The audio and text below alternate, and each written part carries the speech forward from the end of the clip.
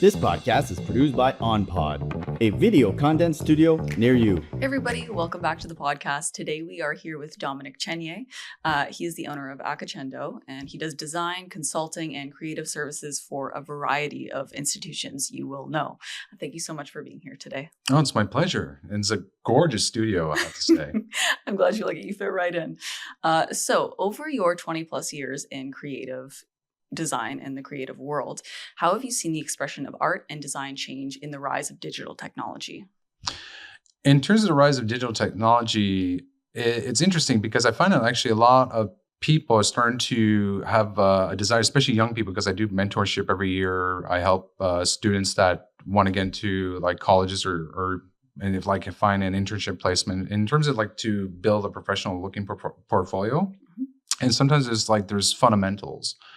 And with those challenges, like it's ironic that with digital, say you're drawing on a Wacom tablet, it's still the same approach that you have to understand what the brushes are. You have to understand what they'll do. They're supposed to reflect what the real brushes do. So I find a lot of young people and older people too are starting to make that transition where they want to learn more about like traditional techniques. And I call the Bob Ross nostalgia. Mm-hmm. And it seems like everyone wants to come in and they just want to have their little calm moment and have a little series of little happy accidents. And through accidents yields experimentation. Experimentation can yield results. And I've known people that who've worked purely digital and started going to life drawing and doing painting. And then they used to do speed digital painting and try to apply that on life events. And then real life events like Art Battle or live painting at a club or any so many events now with live art. But with that, there's they understand that it takes time for the paint to dry, how do you apply your colors and how it blends, and then with certain lighting.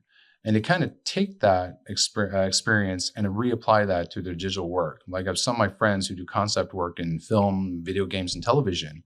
We all started off like we're now much older. But when we started off, we were at the dawn of the digital age.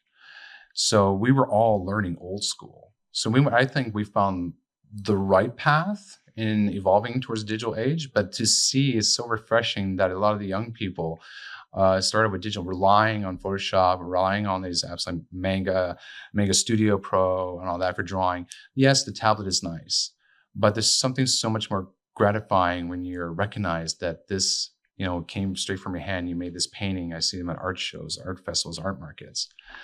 So I find like it's now being utilized as a tool to promote and communicate with your audience and to reach out to your community, and rather than just a tool for actual execution.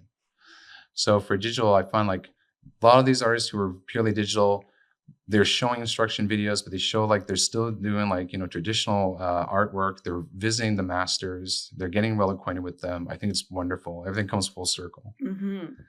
So, and with us older folk, it's like myself, I'm taking life drawing at Sandy Hill again. And you're asking me about how do I stay grounded? Mm-hmm. It's like sometimes it's just good to just pick up a pencil and go by the canal for a little walk and park yourself on a bench and just draw what you see.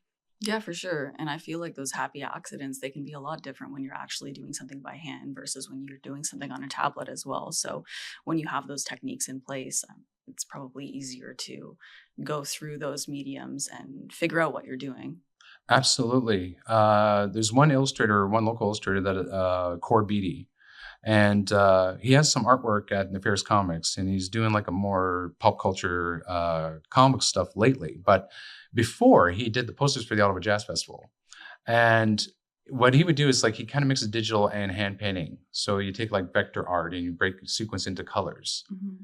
With his traditional background, he's able to apply color theory and just I don't like the colors Adobe's telling me to do. So he reapplies them in a certain way and says, I'm going to change the shapes because the perspective is off.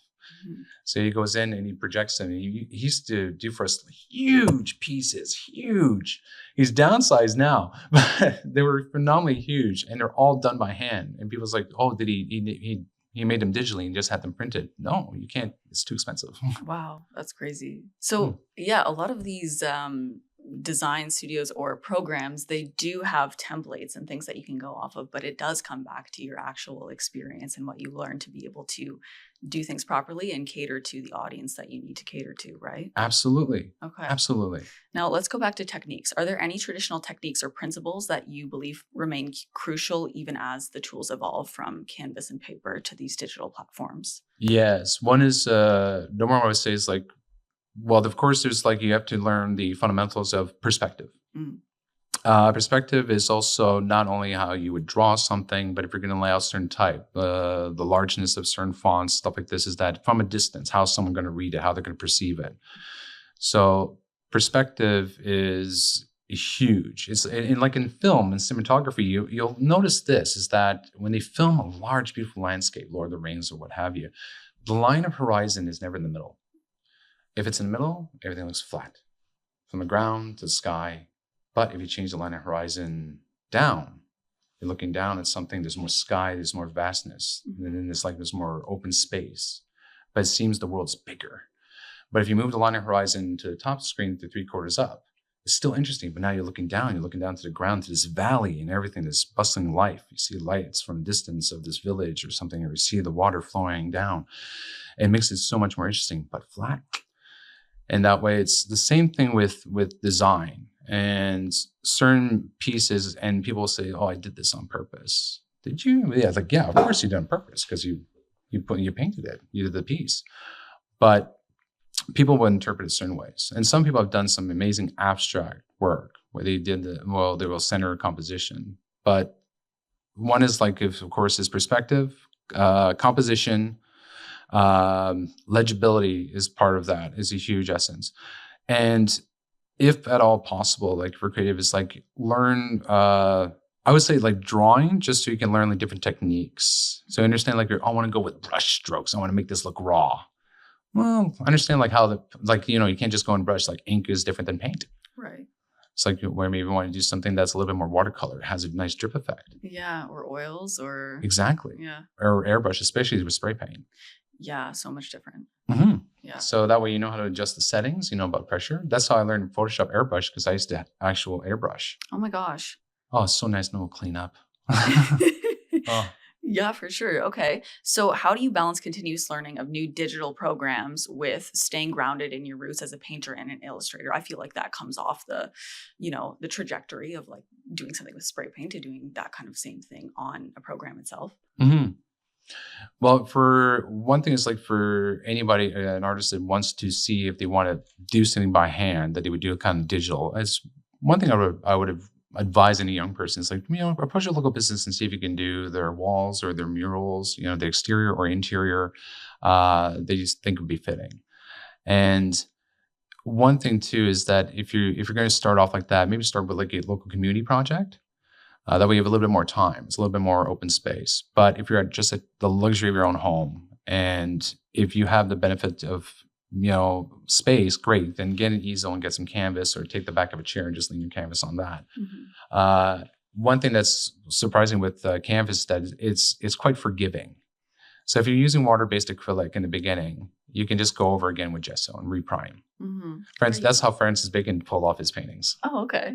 It's all if Francis Bacon, his art style is that he would paint so much his canvases, and he had no money, so he just flipped the canvas and painted on the virgin side. Oh my God! And the virgin's the side underneath the framing that had no gesso. Yeah, the belly of the canvas. That's it, exactly. And he discovered like his own style. So there's one Francis Bacon at the National Art Gallery of Canada. You see the Pope with the electric chair. Mm-hmm. And that was done like that technique. He just repurposed all his canvases. So if you have materials, sometimes play with different mixed media. Mm-hmm. I know people that will find like masonite and whatever and paint on that. Mm-hmm. But whatever you're comfortable with you should always explore. I would take coffee stirrers and jam them into a straw and cut them at different ends, dip them in ink, so it can have a certain handmade brush. And I would take chopsticks and do the same thing. So if I do something that's more Chinese with black ink, I wanted something that was raw and organic. Mm-hmm. And it's different from when you're working digitally, because the results, the accents that you have, it can be quite surprising. Mm-hmm. And there's something so much more gratifying when you do it by hand. Yeah, plus you know what you're looking for too. If you create your own style, like say if you were painting on a canvas and you notice you painted something the first time and then you painted over it, and then you wanted to go the second time around and you see it up here and there's light shining through it and you can see the old painting through that, and then you know how, or even with your coffee stirrer, like then you know what kind of brush that you're looking for on the digital platform as well to like recreate that. So that's a really neat. That's good advice. Well, it's funny you mentioned that. If you're familiar with Netflix, The Sandman. Yeah. Okay. That show's based on a comic, and The Sandman was published by DC Comics. There was the first issue Prelims and Nocturnes, and Dave McKean, a world-renowned illustrator, director, and a musician too. You look at the cover, it looks like David Bowie in this surreal, like dreamy aspect, and that's dream, and it's beautifully illustrated. He just had this canvas with this wooden frame with some antique pieces. And the story, and he has the pieces that, well, I painted on the other side, but I messed up and the paint bled through. And when I had it leaning to dry, I noticed there was an image, so I just finished it. Yeah, that's what you have to do. Like it's amazing how creative people can be when you just start to experiment with things. Like you just have to keep trying, and then you'll find something cool no matter what. That's it. And I find that's the boundary of working digitally. Digitally has a very set specific, a certain, shall we say, you can say an algorithm, but there's a certain rule set in terms of procedures to get certain results, and they don't always work. So it's hard to be fairly consistent. Some people say, yes, it is, and they'll run a macro, but you run another file and you're trying to do a different image, you're not going to have the exact same results. But that's in terms of illustration. But in terms of like we do in design, like typography, oh, the sky's the limit. Like digital, guys, use it. Yeah, come on. Yeah, guys. it's there for a reason. You're helping printers. You get those files ready. It says, make sure your outlines, make sure it's at 300 DPI, print on paper, CMYK, web, RGB, know your colors and know your Pantones. Dominic knows what we're talking about. Come on.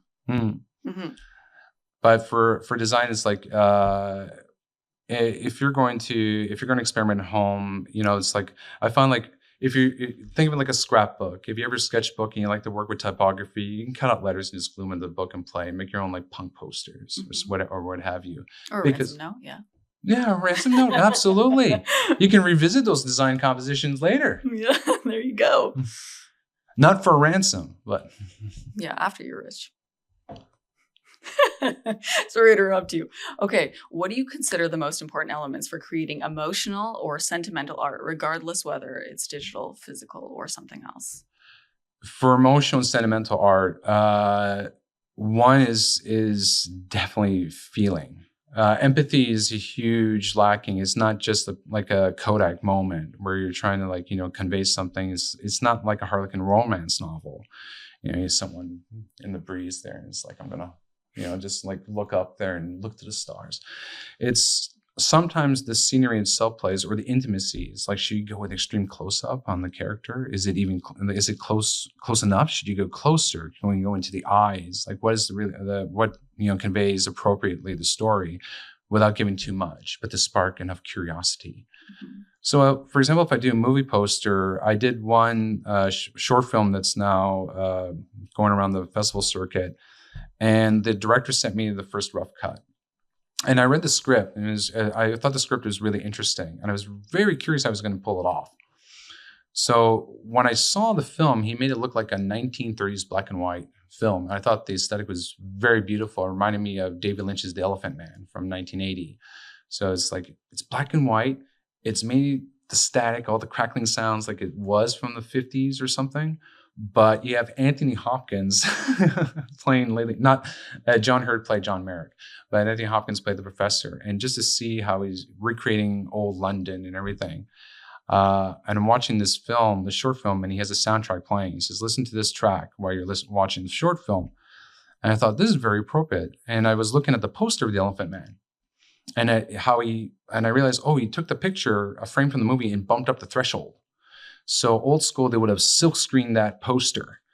And in Photoshop, you can bump up the threshold a little bit and then duplicate the layer with the original picture and go with soft light and give it maybe mask it and give it a bit of feathering. And you can make that aesthetic. You can replicate that. So I decided to do that, but not push it too much, and focused on the main character that the story's about, starting from right on her chin. I took one frame when she was walking into the scene, and it was not a frame that they sent me. All the other ones conveyed like a European thriller or a horror movie or a slasher film. It's like, that's not the short film at all. Mm-hmm. So it's about this character's journey. And the reaction, she was just got this letter, bad news.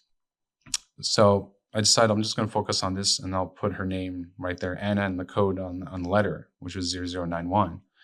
And I was shocked. Like, the poster was like, so widely received. And it's something very simple, very, very simple. But to me, like, it conveyed, like, I love the expression on the actress's face. And with the shadows and everything, it worked really nice I made it black and white with the white font. Mm-hmm. And there's no mistake in this. Like, this is a sad story. But, it's a bit tragic, but you want to know what's her story, why she's so sad. There's no tears, it's just the expressions, very soft. And the actress conveyed such emotion in that frame. But meanwhile, I'll do something that's very complicated, like Otter Children's Festival, and I'll have hundreds of children running toward this makeshift treehouse tree with an airship landing, because I want the kids to pick out all these little details. Yeah. And I'll go the opposite route with that, and a lot of bright colors. For sure. You really have to connect the emotions to the viewers, to what Yes. the actual film is. And you have to relate that. And then, while you said leave a little bit of mystery so the viewers want to come and see and seek out that emotion for themselves. Exactly. And for the festival, I thought, well, this poster is going to stick out. If you do the squint test and you just see this woman's close up just framed. Oh, I'll turn this camera. So yeah, so it's like framed from like just from the brow here, Mm-hmm. and just framed like right there. And she's kind of looking down. And there's, the shadow, but you can tell by the brow, like her mouth seems to be trembling a little bit, that there's something very sad, but you don't know what was the news that she received. Mm-hmm. And which makes it even more powerful when you find out. But when I see the row of posters in the festivals, I'm just like, oh yeah, there you go. There's Anna 0091. It sticks out and people remember it. Right. Yeah. Can you actually explain the squint test to us for those of us who don't know design too well? The squint test is just like basically if you're trying to focus on something. So if you go to the eye doctor, for example, and you go like, okay, better one, better two. Better one, better two. And sometimes you have to kind of force your eyes and you're looking. And if you have to take a moment, like, it looks like an A. Oh, it's an F. Huh. So that way you have to take a moment to, compute what you're looking at. Right. For the squint test, it's like sometimes you look at something and it just looks like blotches of color and shapes. And you have no idea what it's about. You think it's a thing about Orange Julius or something. And then you realize like, oh, it's the Tulip Festival. Yeah. But you walk by it all the time. And after a while, become desensitized to the poster. Right. It just becomes another piece of paper that's on a pole. Mm-hmm. But if you do some like, oh, that's all blue. One thing I like is that the St. Albert Cheese Curd Festival, they try to do something a little bit more fun. So it conveys that's family. But they use prominently blue because they know they'll stick out when they put it on the boards. Mm-hmm. For Jazz Festival, what they do is obligate to put all the whole lineup, like a bunch of names. So that's why people are wondering, like, why the posters the past few years, there's no more artwork. And I feel very privileged that for Jazz Festival, I did kind of the last one that had original artwork on it. But when you have so many names and so much talent, they all want to be on that poster. But you pick your battles. Mm-hmm. I was telling like, but by design element, it's just about the names. Yeah, so you really have to understand like where this piece is going so that when people walk by, they see the most important part and they get that emotion. They get that, like you said, for the Tulip Festival, it's a family event. Mm-hmm. So they have to, like if you're walking by and you just see the colors and the blobs, like you can still attribute it to the actual event, right? Yes. Like one thing I'd like to say, the nice simplicity, like the stem of the tulip and the bulb, and they kind of tie it to the Peace Tower of Parliament Hill. So just stick those colors. It's red, yellow, the green, the blue. That's what you see when you're walking down Rideau. So automatically your brain just associates with it. Yeah. Okay. So you have to be embedded right in there. Are there motifs, colors, or narrative techniques you revisit when you're trying to connect with viewers on a personal level? Yes. Well, one thing is like know your community, know your geography. And I find like with Ottawa, the Ottawa colors are always popular. Mm-hmm. So if you can go with white, black, and red, you're good. It says Ottawa. Okay. But if you want to do something that kind of like, that recognizes the Francophone community and heritage there, it's like, well, I'm going to throw in a little bit of blue. I'm going to go Quebec blue. I'm going to go with a cyan blue. Says, well, I'm going to go and, add as complementary something like a nice yellow ochre or an orange. Because you don't want to have red and compete with each other and think like, oh, Canada. Like it's not about province. It's just about like recognizing the patrimoine franco-ontarien. And to me, being like from a French family, half French Canadian, half Chinese, I really do appreciate like the significance of colors. So with the audience, it's also about like if I'm going to do something, it depends where it's going to be placed. If I know that's going to be like a park or something like that, I'm going to avoid green. Yeah, you don't want it to blend into the background. Exactly. Right? So you really have to be aware of your geography. Exactly. Yeah. Okay. But like Toronto loves blue. Loves blue, of course, with the Leafs and of course with the Blue Jays. Right. So I'll tend like, to, if I'm in Toronto, if it's a Toronto client, I know that this, a lot of posters or work are going to be featured in Toronto area. I'll add more bluish tone. I did that to one version of the poster for Resident Evil Apocalypse. So they're not in circulation anymore because of copyright, but there's one version of the Resident Evil Apocalypse poster. If you see Toronto City Hall, I snuck that in there. They found it. So it's hard to find it online, but you notice I added like a bluish tone to it just for Toronto.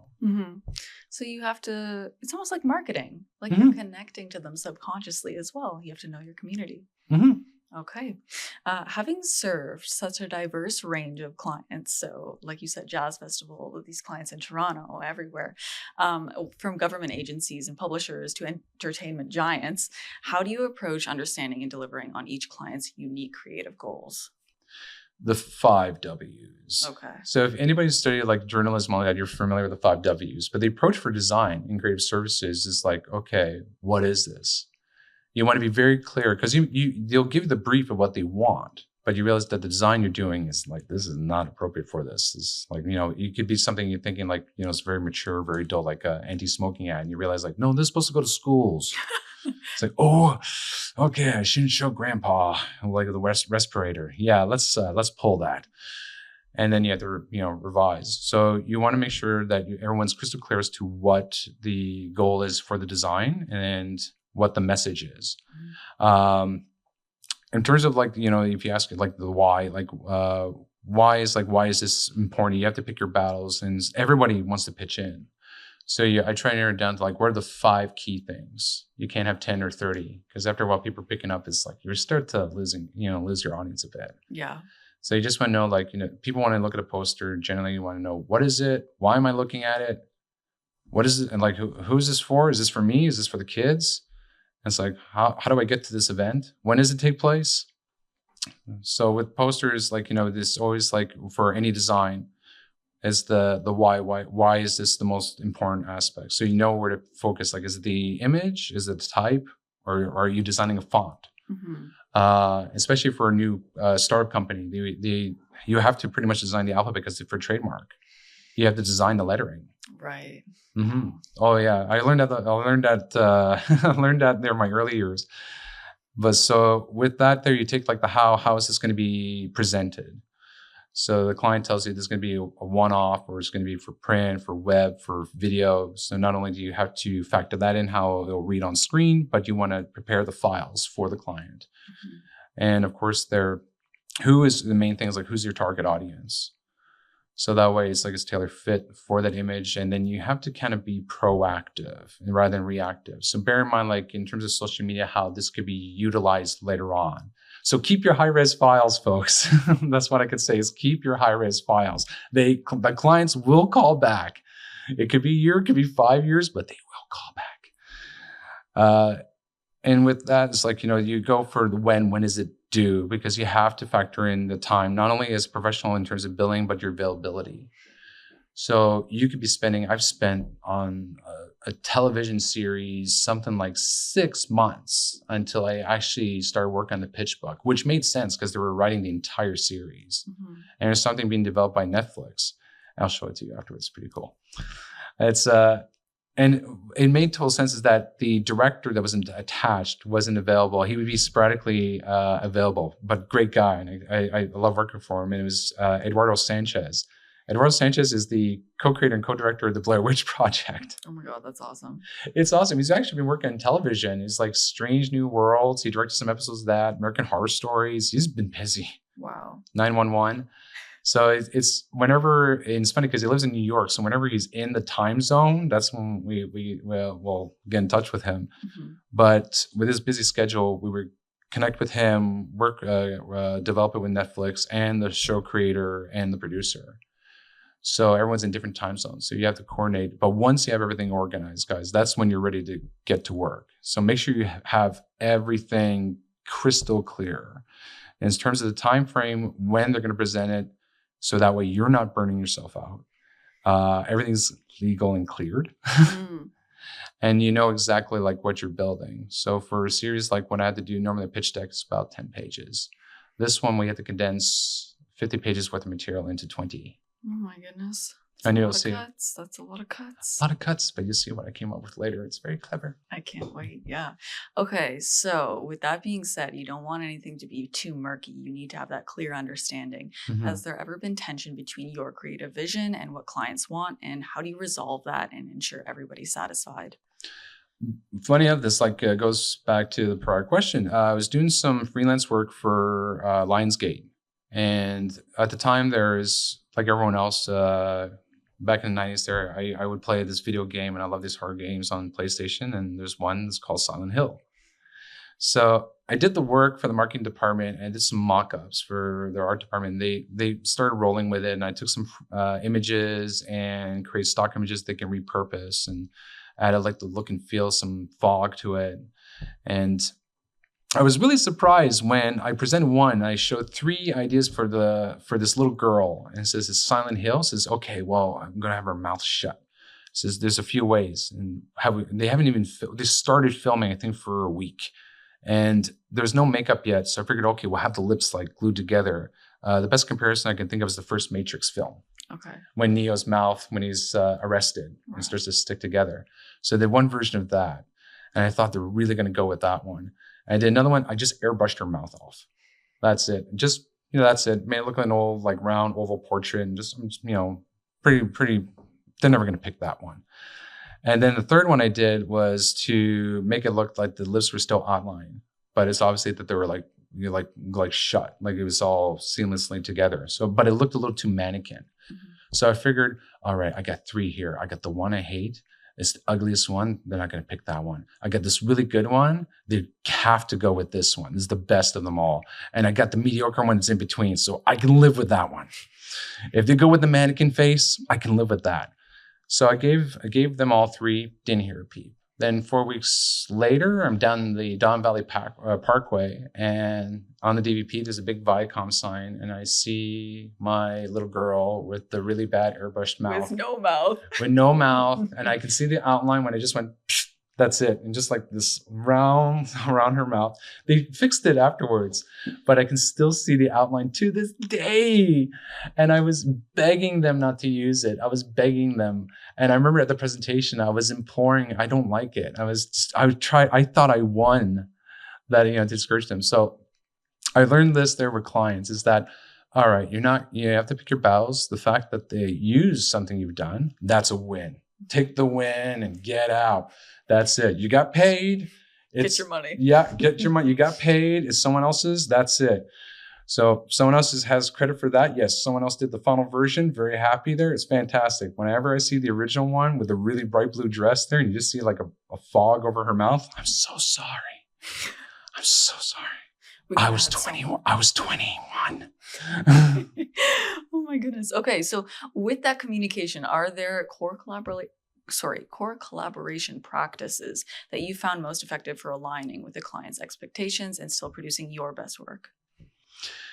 One I would say is like whenever there's something that involves a committee, and it's the same way with festivals as it is for public institutions, federal government, and even feature-length motion pictures. There's always a committee. Mm-hmm. Everything has to go through due process. And I find that's the most frustrating thing. It's not the opinions, it's the time. you're just waiting for response. Meanwhile, that clock to the deadline is just ticking away, and ticking away. And you need to know what the battle plan is. Mm-hmm. So I find like if you can streamline for sanity, try to work with 1 or 2 decision makers or people that you know will get you the answers you need in time. When you have to present, and it does happen if you're with a communications firm, of course, you're going to have to present to your client. But if you have a main point of contact, that's what matters, is because everyone wants to contribute and it becomes a stew. Mm-hmm. And I've worked on things where I have done some projects and I've executed exactly what they wanted. And one thing I'm very happy with now is that we always end up rolling back to what I had in mind. Mm-hmm. And they'll see, but sometimes, seeing is believing. So once again, it's almost like the eye doctor thing. Better 1, better 2, better 1, better 2. So it's, I'll try to deliver as much, but not do a full completion. So it's like for collaboration there, I always make sure that I recognize who are the main decision makers in any project. Like for example, with the Jazz Festival, it's Jazz Festival and TD. And then there's OLG, who's another sponsor. And then it's because they're starting to commit the artists, the headliners. So anybody comes in and they'll say, their 2 cents, I always take note of it. And I'll try to sneak in something somewhere. If I can't do it for the official poster, maybe I'll do it with the merch. Maybe I'll do it with something there for just a signage. But one of the things in my final year with Jazz Festival, the first year was a lot of green, a lot of TD green. For the second year, right before COVID, it was 2019 when we had Nora Jones and The Roots. I wanted to go Ottawa colors. Because we're hosting in front of City Hall, I wanted to show some pride. At the time, I thought the LRT was going to be running. And I even designed a thing with all members of Chicago to be put on the train. So I thought it'd be nice when it comes in. That'll be nice, but that didn't happen. But that was, I tried to take into account when everyone was saying about like with Blues Fest and, this right afterwards. And we're leading up to Canada Day, if I can make it more Canada, more patriotic. So hence the color theme of red and black and white. And it looked great on the Ulster Transworld buses, I'll say that. Everyone was happy after that. And TD they liked it because they realized their green logo popped. Yeah. Yeah, it really popped. It didn't camouflage with the other green. And that's why I was showing this. Doesn't make you think of Christmas in July. Everyone's so happy. Yeah. Everyone's so merry. So it worked out great. And that was one of the things I wanted to push my first year, is to see if I can sneak in some red, like more red for Ottawa. Mm-hmm. But I end up we found a nice compromise, and I would do a presentation to the board. So after we finished first year, we had our sponsorship deck and our report, and it would show all our statistics for that year's festival, and showing the signage, which we call pageantry, and grants, Canada Council there. So you want to see that too, their logos and everything. You want to see how everything was appropriated, and I'll present this is 5 ideas or 3 themes I'm thinking about going with for next season, and we'll roll with that. So that was very, very fortunate. It's I was very proud of how we wrapped up that year. Yeah, it's almost like what you were talking about in the beginning. It's different than having a foreground and a background. You almost have to have it's this board, this sponsor, and you're just converging them all, and you just make everybody happy. No, that's it. And even the ads for Ottawa Citizen. So I had a lot of joy with it. And one guilty pleasure Ottawa Jazz Festival did is that I was very happy that I contributed to the last 2 Charlie Brown Christmas concerts that we had here in Ottawa. That's cute. And with the late Jerry Granelli. So I was very proud because growing up, everyone loves Snoopy. Everyone loves Charlie Brown. And my father used to work for Metropolitan Life, and they had as their mascot Snoopy. So I had a lot of Snoopy stuff around the house and some Charlie Brown stuff. So I always loved Charlie Brown Christmas. And the fact that the, at the time, surviving drummer of the original trio that recorded the Charlie Brown Christmas soundtrack was able to come down and do these Christmas concerts. I felt very privileged to, the last 2 years, to take Charles Schultz's art, redraw some of it, get approval from the estate, and I just want to change the light bulbs a little bit on Snoopy's house. So can I just do this and do that? And I was I swear I will honor Schultz, and I'll make it look like his artwork. And it was nice to see Charlie Brown Christmas. And it wasn't about me. it was about the families can show and look at that poster and they immediately connect with Charlie Brown and they know about the music and they've seen the kids come in. And I took videos of the kids going up on stage and doing the dance, and it was fantastic. So to me, it's like that was one of the most rewarding things. And I took a shot, and I figured, like, what's the harm of just sending them a pitch? Mm-hmm. So that one, that was very happy. It's like I just repurposed, Schultz's artwork there, but that was something that the committee, they let me have, and the concert happened to be on my birthday. Oh, it was nice. Jerry gave me a signed record and everything. So it's that I have to say is like that was one of the most rewarding things, and that was one of the smoothest meetings and presentations I ever had. Well, yeah, you're really connecting back to the emotions that the people want to feel, and you knew exactly how to do that. So. Oh, it worked out beautifully, and I'm so happy to see like the reaction from people. Then he wanted the posters, and he would take them to Jerry to have them signed, and just blew in Charlie Brown with Snoopy and Woodstock, and it was wonderful. That's so cool. Let's just pivot a little bit to the space stuff you're working on. Can you share a little bit about what you're working on and what inspired you to dive into this theme and how it's influencing your style or process? Oh, this is like, I love this question. It's full circle. This all for you kids out there. Growing up, I had this wallpaper, and I grew up in the country in Rockland and like waterfront in the heart of the bay. And this wallpaper had like satellites and NASA shuttles and stuff in the earth, and it would glow in the dark. And I would fall asleep at the foot of my bed so I can stare at that wallpaper, and I had a big, huge window, and I could stare outside and I can see the Milky Way, the stars. When you're out in the country, stars are magnificent. And my father gave me these high-powered binoculars and a telescope. So I would go outside down by the river and sometimes look at the stars and try to catch, a shooting star. And that's when I noticed that some stars are moving, and then I learned those are satellites. So I would start to try to track them. I was fascinated by them. My late mother would buy me astronomy books, hardcovers, French and English, and I love seeing all the different planets in the solar system and the breakdown illustrations of its core, what stars are composed of, all these images. And then National Geographic, when you fold out the spreads with diagrams, they're explaining the inner workings of the lunar rover, or recently the Martian Pathfinder. And it's just, I always wanted to be that kid that would do that. And, I grew up with comic books and movies. I would draw like Bruce Lee and Superman, Spider-Man. But I have another drawer full of drawings, and it's all these machines and rockets and different worlds, and trying to come up with different crystals, and you're working with different coloring pencils.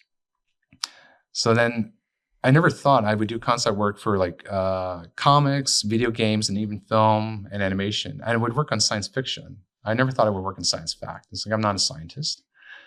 So after I left Ottawa Jazz Festival, I got a call a few months after doing some work for Farm Boy. And it's an old work acquaintance there from 10 years prior. And he asked me, listen, I'm recruiting now at this place. Would you come down? I thought it was going to be another consulting job.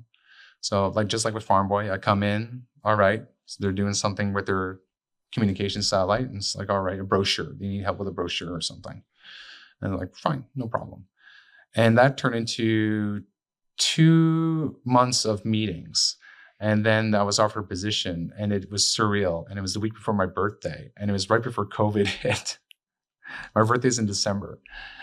And I ended up realizing that this company was going through a major rebranding. And at this point, they've been around for over 50 years. So now it's almost 60 years. And they're a Canadian institution. And I've known about their history. I've known the one they've been involved with. I've seen launches of prior projects through CBC as a boy.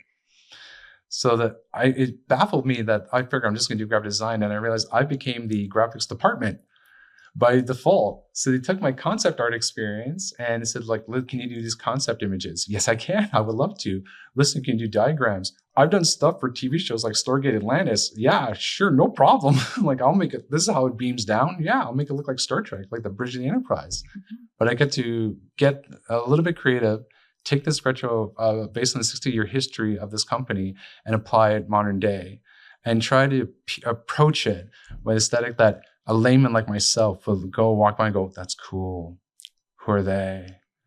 Wow. So I try to do like for the trade show booth, something that's like an aesthetic that's very clean. And I have the best boss. She's my mentor, and I call her coach. So I always ask her, what's the play, coach? And she knows what I can and cannot do. And she knows how to hold me back. And that's the thing, is that once again about pick your battles, is that you got to know when to give yourself restraint. And know what is very key important. In some things, you may not want to do it the way they want, but you can see the logic behind it. Mm-hmm. So it's best to like give them what they want for now, because they'll let you do what you want later. Especially when you're very interested in something like that too, you know, when you know exactly what you want, and when you see yourself as part of the audience that they're going after, you kind of want to put your foot forward in that. But it's absolutely, yeah, it must be very hard to restrain yourself into that. It is. And one thing I will say is, in terms of a practical experience for this position that I have now, if not for I was call it Trial by Fire with the Jazz Festival. And I worked on film sets and like for different departments and putting them together and stuff like that. Even VFX companies, when they're doing it digitally rather than an actual, hand fabricated set. So working with, and I would say this is my appreciation, is the vendors, the people that actually put together everything, like for the Jazz Festival, our stagehand, our crew, all the signs, the gates, everything. And I've learned the value of collaboration and transparency and time. So if time's a big thing, they don't want to waste their time. You don't want to waste your time, but you work together and it's like, oh, you guys are like the Avengers. So with that, to take that over to where I am now, seemed very logical. It's the same approach in terms of projects. It's just a different style of execution. Mm-hmm. So now I get to play with Science Pact. That's so neat. Now, okay. What advice would you give younger artists navigating today's fast-changing creative landscape, especially about finding their own style and voice? In terms of like for your own style and voice, it's the first thing I'll say I'm going to share is like, when do you know that you found your own style and voice? First of all, you're going to ask yourself that question endlessly. Every artist has gone through some form of reinvention. Picasso had his blue period. So it's you never know. And then he went on straight to like painting vases and bowls. So it's everyone just, it's all about, I find like when the subconscious, the conscious starts to manifest the subconscious. So when it becomes pure instinct, you're just sketching like, well, this is nothing. And people go like, wow, the hair looks amazing on that. Really? This is just how I move my hand. Mm-hmm. And you'd be surprised. I've had young students there for the mentorship program that I have, will show me something and they totally dismiss it. And I had my most recent student, I was dumbfounded. She wanted to throw it in the trash. And she was showing me, I was asking like, let me take a look at your work. She showed me finals, and I know there was some pre-drawings that led to that final piece.